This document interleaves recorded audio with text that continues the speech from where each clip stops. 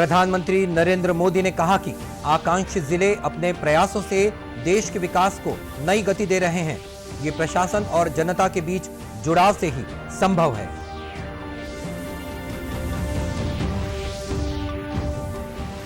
रक्षा मंत्री राजनाथ सिंह ने कहा कि एनसीसी कैडेट्स बड़े सपने देखें, नए और सकारात्मक विचार रखें, जिससे देश को उन पर गर्व हो।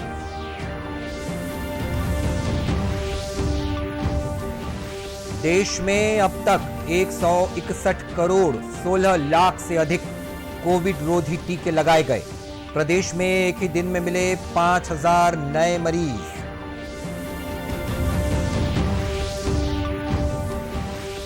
और एक बार फिर बदलेगा छत्तीसगढ़ का मौसम। प्रदेश के कई संभागों में बारिश और ओलावृष्टि की चेतावनी।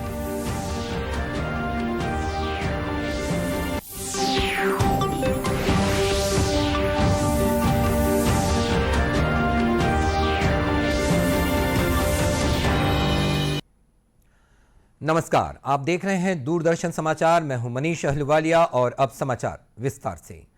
प्रधानमंत्री नरेंद्र मोदी ने कहा है कि आकांक्षी जिले देश की प्रगति के रास्ते में आने वाली बाधाओं को दूर करते हुए इतिहास रच रहे हैं। उन्होंने आज इन जिलों के जिलाधिकारियों के साथ वीडियो कॉन्फ्रेंसिंग के जरिए संवाद करते हुए कहा कि ये जिले अपने प्रयासों से देश के विकास को गति दे रहे हैं। आकांक्षी जिलों में हुई प्रगति प्रशासन और जनता के बीच जुड़ाव से ही संभव हो पाई है। इसके लिए प्रौद्योगिकी और नवाचार बेहद अहम है। प्रधानमंत्री ने कहा कि पिछले 4 वर्षों के दौरान सभी आकांक्षी जिलों में जनधन खातों की संख्या में 5 गुना तक वृद्धि हुई है। इन जिलों के प्रत्येक गांव में हर घर में शौचालय और बिजली की सुविधा पहुंच चुकी है। कि लोग अपनी आकांक्षाओं के लिए दिन रात परिश्रम करते हैं और कुछ मात्रा में उन्हें पूरा भी करते हैं, लेकिन जब दूसरों की आकांक्षाएं अपनी आकांक्षाएं बन जाए, जब दूसरों के सपनों को पूरा करना अपनी सफलता का पैमाना बन जाए, तो फिर वो कर्तव्य पथ इतिहास रचता है। आज हम देश के एस्पिरेशनल डिस्ट्रिक्ट्स, आकांक्षी जिलों में यही इतिहास बनते हुए देख रहे हैं। मुझे याद है 2018 में यह अभियान शुरू हुआ था, तो मैंने कहा था कि जो इलाके दशकों से विकास से वंचित हैं, उनमें लोगों की सेवा करने का अवसर, ये अपने आप में बहुत बड़ा सौभाग्य है। मुझे खुशी है कि आज जब देश अपनी आजादी का अमृत महोत्सव मना रहा है, तो आप इस अभियान की अनेकों उपलब्धियों के साथ आज यहां उपस्थित हैं। मैं आप सभी को आपकी सफलता के लिए बधाई देता हूं, आपके नए लक्ष्यों के लिए शुभकामनाएं देता हूं। और इस बैठक में प्रधानमंत्री इन जिलों में सरकारी योजनाओं और कार्यक्रमों के कार्यान्वयन की प्रगति और वर्तमान स्थिति तक के बारे में जानकारी ले रहे हैं। इससे जिलों में प्रगति की समीक्षा करने और उन चुनौतियों का पता लगाने में मदद मिलेगी जिनका वे सामना कर रहे हैं। इसका उद्देश्य सभी पक्षों के साथ जिलों में विभिन्न विभागों द्वारा मिशन मोड पर विभिन्न योजनाओं के लिए किए जा रहे कार्यों की समीक्षा करना और उनकी प्रतिक्रिया जानना है। रक्षा मंत्री राजनाथ सिंह ने राष्ट्रीय कैडेट कोर एनसीसी कैडेट से आह्वान किया है कि वे अपने अंदर नई सोच पैदा करें, जिससे देश को उन पर गर्व हो।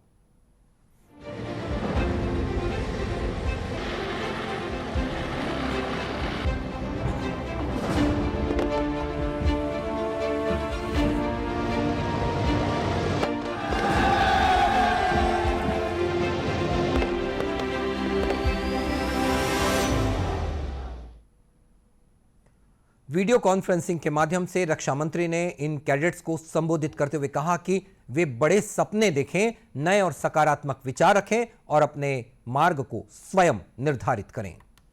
यहां मिलने वाली सीख जैसे एकता, अनुशासन, सत्यपरायणता, साहस, सद्भाव, बंधुत्व और नेतृत्व जैसे गुण हमेशा से हमारे देश में मार्गदर्शक गुण रहे हैं और इन्हीं गुणों को अपनाकर हमारे युवाओं ने समाज में एक महान आदर्श भी स्थापित किया है।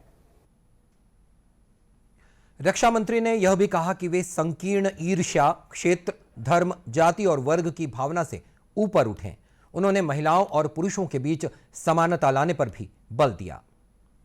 कोरोना से बचाव के लिए टीकाकरण अभियान के तहत देश में अब तक 161 करोड़ 16 लाख से अधिक कोविड रोधी टीके लगाए जा चुके हैं। स्वास्थ्य मंत्रालय के मुताबिक कल 67,49,000 से अधिक टीके लगाए गए। वहीं स्वस्थ होने की दर 93.31% पहुंच गई। देश में कल 3,37,000 से अधिक लोगों में कोविड संक्रमण की पुष्टि की गई। इसके बाद अब देश में 21,13,000 से अधिक कोरोना मरीजों का इलाज चल रहा है। स्वास्थ्य मंत्रालय ने बताया कि कल 2,42,000 लोगों को संक्रमण मुक्त होने के बाद अस्पतालों से छुट्टी भी दी गई है। इस तरह अब तक 3 करोड़ 63 लाख रोगी संक्रमण से मुक्त हो चुके हैं। वहीं कोरोना के नए वेरिएंट ओमिक्रॉन से देश में अब तक 10,000 से अधिक लोग संक्रमित हो चुके हैं। अब तक 71 करोड़ 34 लाख लोगों की कोविड जांच कराई जा चुकी है। कल 19,60,000 से अधिक लोगों की जांच की गई। इधर छत्तीसगढ़ में भी टीकाकरण की रफ्तार तेज कर दी गई है। अब तक कुल 3 करोड़ 40 लाख से अधिक वैक्सीन डोजेस लगाई जा चुकी हैं, जिनमें से 2 करोड़ से अधिक पहली डोज और 1 करोड़ 35 लाख से अधिक दोनों डोजेस लगाई जा चुकी हैं, जबकि 1,62,000 से अधिक बूस्टर डोजेस भी लगाई जा चुकी हैं। प्रदेश में पिछले 24 घंटे में कोरोना के 5,000 से अधिक नए मामलों की पहचान की गई। सबसे ज्यादा संक्रमित मरीज रायपुर जिले में मिले, जहां 1,183 नए मरीजों की पहचान की गई, जबकि पिछले 24 घंटों में 8 लोगों की मृत्यु भी हुई है। बढ़ते हैं अगली खबर की तरफ। कोरोना के कारण 10वीं और 12वीं की पढ़ाई कर रहे बच्चों की परीक्षा की तैयारियों के लिए कोरिया जिले में एक अनोखा प्लान तैयार किया गया है। जिले के कलेक्टर कुलदीप शर्मा ने बोर्ड कक्षाओं के बच्चों के लिए 40 दिन में परीक्षा की तैयारी और नियमित अभ्यास के लिए विशेष कार्य योजना तैयार करवाई है। गौरतलब है कि 2 मार्च से कक्षा 12वीं और 3 मार्च से कक्षा 10वीं की परीक्षाएं शुरू होने वाली हैं। कोरोना के कारण बच्चों की पढ़ाई प्रभावित हुई है। इसका समाधान करते हुए आगामी परीक्षाओं की तैयारी के लिए कलेक्टर कुलदीप शर्मा ने जिला शिक्षा अधिकारी को 40 दिवसीय योजना बनाने के निर्देश दिए। कलेक्टर के निर्देश पर डीईओ द्वारा बच्चों को परीक्षा की तैयारी करने के लिए कार्य योजना तैयार कराई गई। कलेक्टर कुलदीप शर्मा ने कहा कि परीक्षा परिणाम की तैयारी और नियमित अभ्यास हेतु सीमित दिवस ही बचे हुए हैं, जिसका उपयोग योजनाबद्ध तरीके से किए जाने से निश्चित रूप से बोर्ड परीक्षा परिणामों में वृद्धि होगी। और उसमें बहुत ही कम समय बचा है। कोरोना के कारण काफ़ी समय तक स्कूल भी बंद रहे।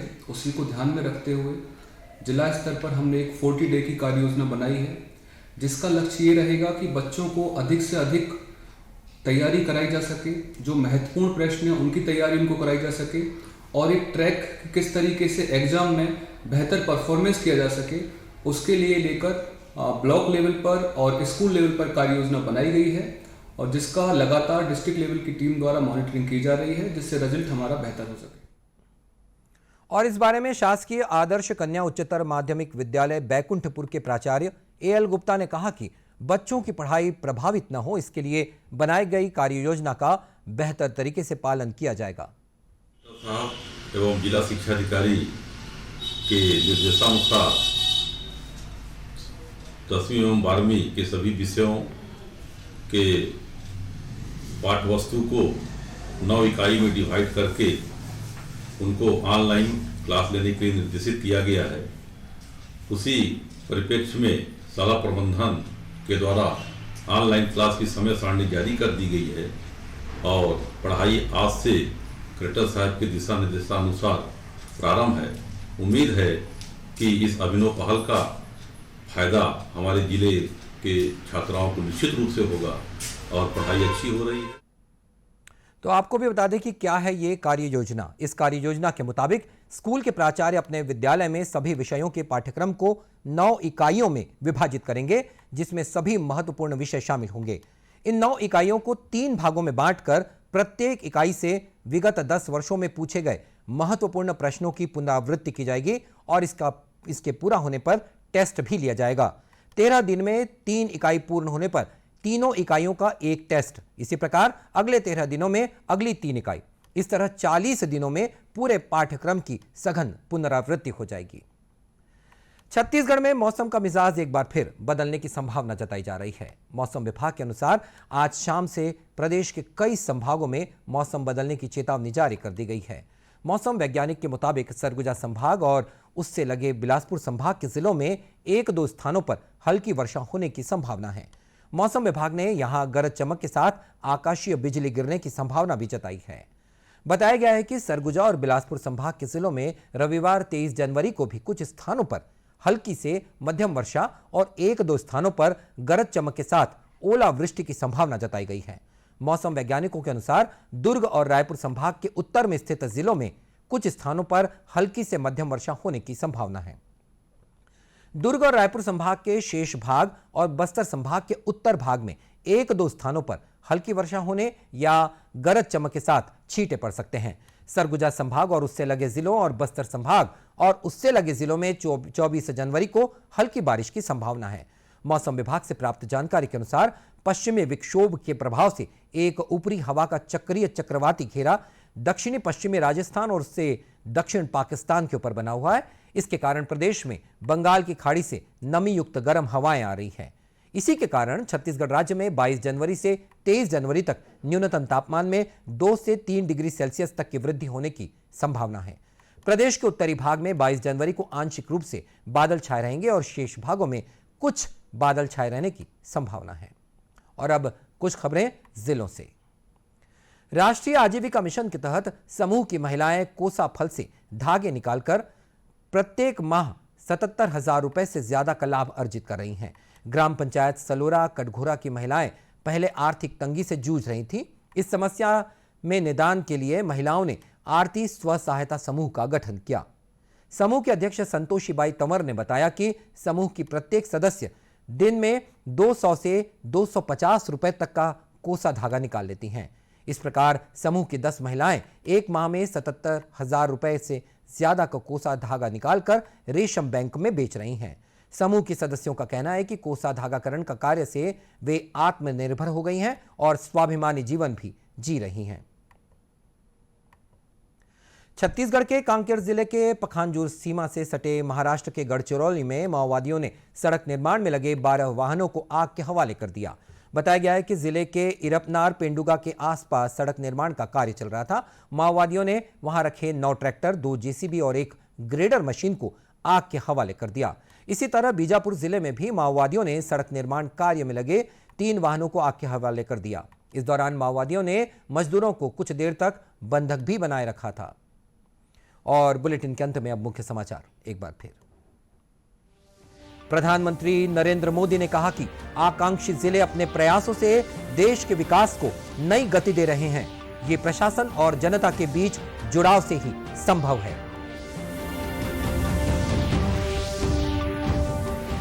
रक्षा मंत्री राजनाथ सिंह ने कहा कि एनसीसी कैडेट्स बड़े सपने देखें, नए और सकारात्मक विचार रखें, जिससे देश को उन पर गर्व हो।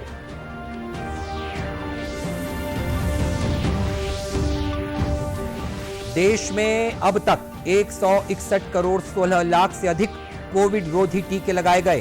प्रदेश में एक दिन में मिले 5,000 नए मरीज।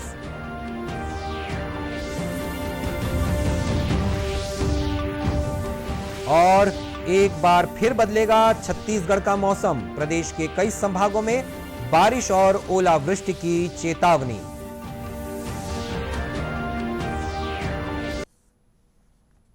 और इसी के साथ ये समाचार बुलेटिन समाप्त हुआ। नमस्कार।